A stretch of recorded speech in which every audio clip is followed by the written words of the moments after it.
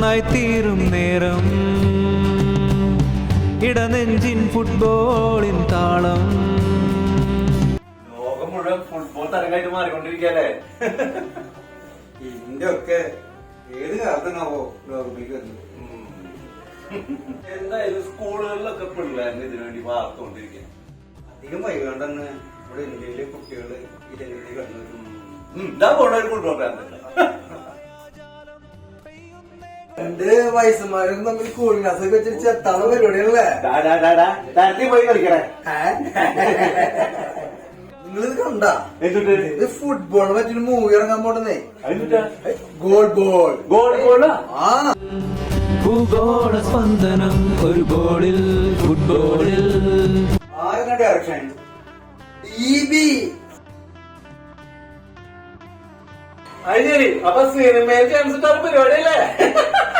അവര് പിന്നെ രക്തത്തിൽ ആദ്യം ചേർത്തിട്ടുള്ളതാ. അല്ല അപ്പൊ ഇത് ക്യാമറ പുത്തൂർ. ക്യാമറ കേൾവി. അല്ല പോസ്റ്റ് പ്രൊഡക്ഷൻ അല്ലെങ്കിൽ അങ്ങനെ എഡിറ്റിംഗിന്റെ കാര്യങ്ങളൊക്കെ ആരാ ചെയ്യപ്പോ? അതൊക്കെ ടിബി തന്നെ ചെയ്യും. അപ്പൊ ഈ ബാലചന്ദ്രമേനോന്റെ കഥ പോലെ.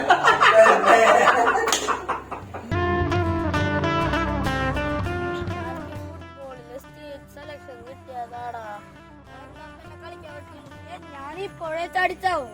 എന്തിനാണ് വിഷമിക്കണേ? നമ്മുടെ PT ഭാഷയില്ലേ നമുക്ക് ആളോട് പറയാം. ആളുടെ എല്ലാ സൊല്യൂഷൻസ് ഇല്ലല്ലോ, ആളൊക്കെ ശരിയാക്കി. ഏതൊക്കെ വിട്ടോ വക്ക വക്ക ഫിഫയുടെ പാട്ട് ഇടില്ല. എന്തുട്ട സാധനം ഒന്നേ നമുക്ക് കളിക്കാം.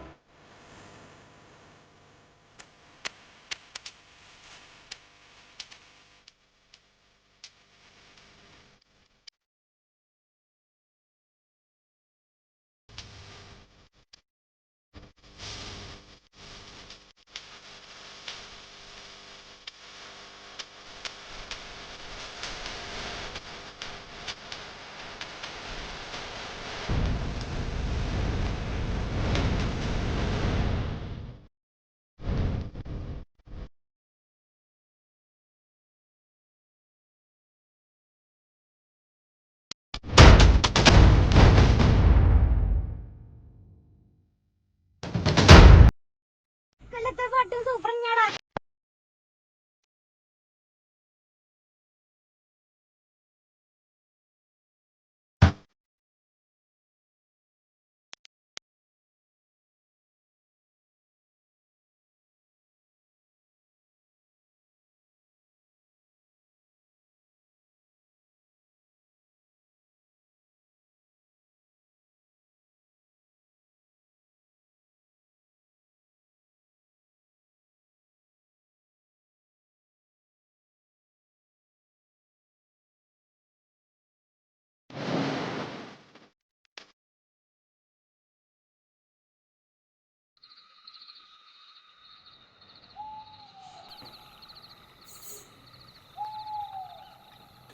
ഞാനെന്താ ഇവിടെ? എന്താണ് ഒന്ന് ക്യാമ്പിൽ വരാറുണ്ട്? ഓ, ക്യാമ്പിൽ ഇറങ്ങാത്ത എത്രയായാലും ശരിയല്ല. നിർബന്ധമായ എല്ലാ ദിവസവും ക്യാമ്പിൽ ഇറങ്ങണം. ഓ, എനിക്ക് കിട്ടിയൊരു സെലക്ഷൻ എല്ലാവർക്കും കിട്ടുന്ന ഒരു കാര്യമല്ല. ഇതൊരു മഹാഭാഗ്യമാണ്. ഒരു സ്റ്റേറ്റ് ടീം ലെവലിലൊക്കെ കിട്ടുക എന്ന് പറഞ്ഞാൽ മഹാഭാഗ്യമാണ്.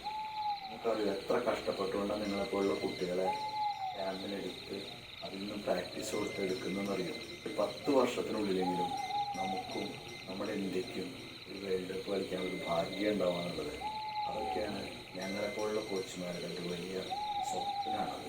പക്ഷേ 10 കൊല്ലത്തിനുള്ളിലുണ്ടല്ലോ ഞങ്ങളുടെ ഈ ടീം വേൾഡ് കപ്പ് കളിച്ചില്ലെങ്കിലല്ലോ മാഷ് ഞങ്ങളെ ദിങ്ങനെ വിളിച്ചോ. ഇത്തരത്തിലുള്ള പ്രാക്ടീസ് ആണെങ്കിൽ നമുക്ക് കാണാം.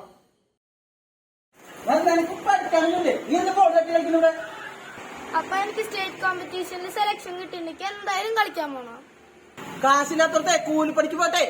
നിന്നെ പഠിപ്പിക്കാൻ പറ്റുന്നത് ഈ ഫുട്ബോൾ കളിച്ച് തോന്നിയാസം കളിച്ച് നടക്കാനില്ല, മനസ്സിലായ? സാൻ ജോസ് ഏറ്റവും നല്ല സ്കൂളിൽ വിട്ടിട്ട് അതിനെ പഠിപ്പിക്കുന്നത്. അവിടെ പഠിച്ചവരാരും മോശപ്പെട്ടിട്ടില്ല, ഒക്കെ നല്ല നിലയിലെത്തിയിട്ടുള്ളൂ. അതുപോലെ നീയും നല്ല നിലയിലെത്തണം വിചാരിച്ചിട്ടാ തോന്നിയാസം കളിക്കാൻ ഞാൻ സമ്മതിക്കില്ല കേട്ടാ. അതെ, ഇല്ലാത്ത കാശുണ്ടാക്കിട്ടെ നിനക്ക് പുസ്തകം, പേന, പെൻസില്, കൊട, സൈക്കിള് സകല സാധനം കാണിച്ചത് നിനക്ക് കളിക്കാൻ പോലില്ല. പോയി പഠിക്കാത്ത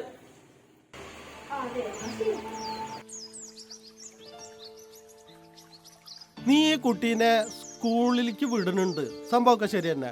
നന്നായി അധ്വാനിച്ചിട്ട് തന്നെയാണ് ഈ കുട്ടീനെ വളർത്തുന്നതും എല്ലാ കാര്യങ്ങളും ചെയ്യണത്.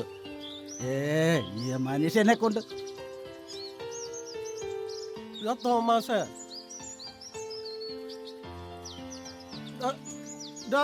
തോമസേ, ഏട്ടാ തോമസേ, നീ എന്തിനാ ഈ ടെൻഷൻ ആവണേ? പൈസ ചെലവാന്ന് വിചാരിച്ചിട്ടാ? അതിനെ പറ്റി ടെൻഷൻ ആവേണ്ട ഒരു കാര്യമില്ല. ഇവനുണ്ടല്ലോ എന്റെ മോനെ പോലെയാ ഞാൻ നോക്കണം. പിന്നെ സ്കൂളുകാര് ഇവന് വേണ്ട എല്ലാ ചെലവ് കൊടുക്കും. അവന് എടുത്തില്ലെങ്കിൽ ഞാൻ എടുക്കും. നമുക്ക് അത്രയും ഉന്നതിയിലെത്തുള്ളവൻ. അപ്പൊ അവനെ നീ അറ്റ്ലീസ്റ്റ് ഒന്ന് വിട ഈ സ്പോർട്സിൽ. അല്ല, ഞാൻ കാശ് ചെലവാകും വിചാരിച്ചിട്ടാണ്. കാശ് ചെലവാവില്ലെങ്കിൽ നമുക്ക് ആലോചിക്കാം. ആലോചിച്ചില്ലല്ലോ മാഷെ. ഇവൻ മര്യാദക്ക് പഠിക്കോ മാഷെ? ഈ കളി എന്നൊക്കെ പറഞ്ഞിട്ട് അവന്റെ പഠിക്കേണ്ട കാര്യമല്ലേ? ഒക്കെ നടക്കും. അപ്പൊ തന്നെ നമുക്ക് നോക്കണം. ഭൂഗോള സ്പന്ദനം ഒരു ബോളിൽ ഫുട്ബോളിൽ. ഞങ്ങളുടെ മുത്തുവേ കപ്പ് എടുക്കടാ, കപ്പ്.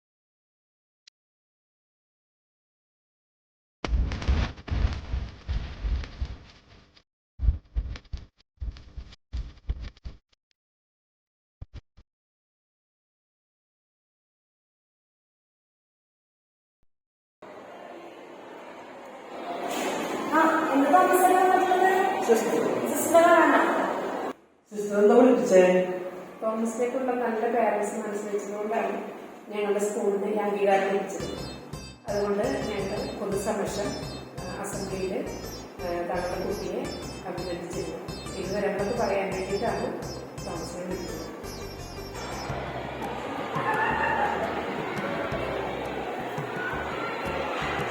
തോമസിന് സന്തോഷമായിട്ട്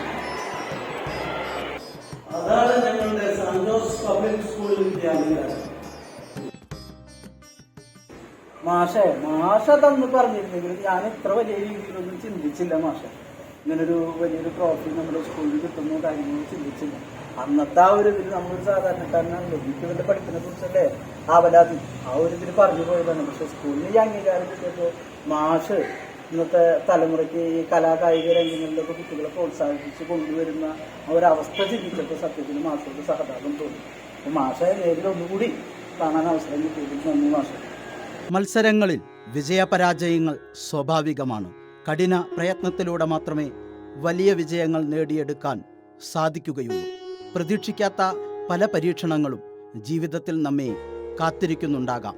നിരന്തരമായ കഠിനാധ്വാനത്തിലൂടെ മുന്നേറാൻ ഇനിയുമേറെ ദൂരം ബാക്കിയുണ്ട് എന്ന ചിന്തയിൽ തളരാതെ മുന്നോട്ട് കുതിക്കണം.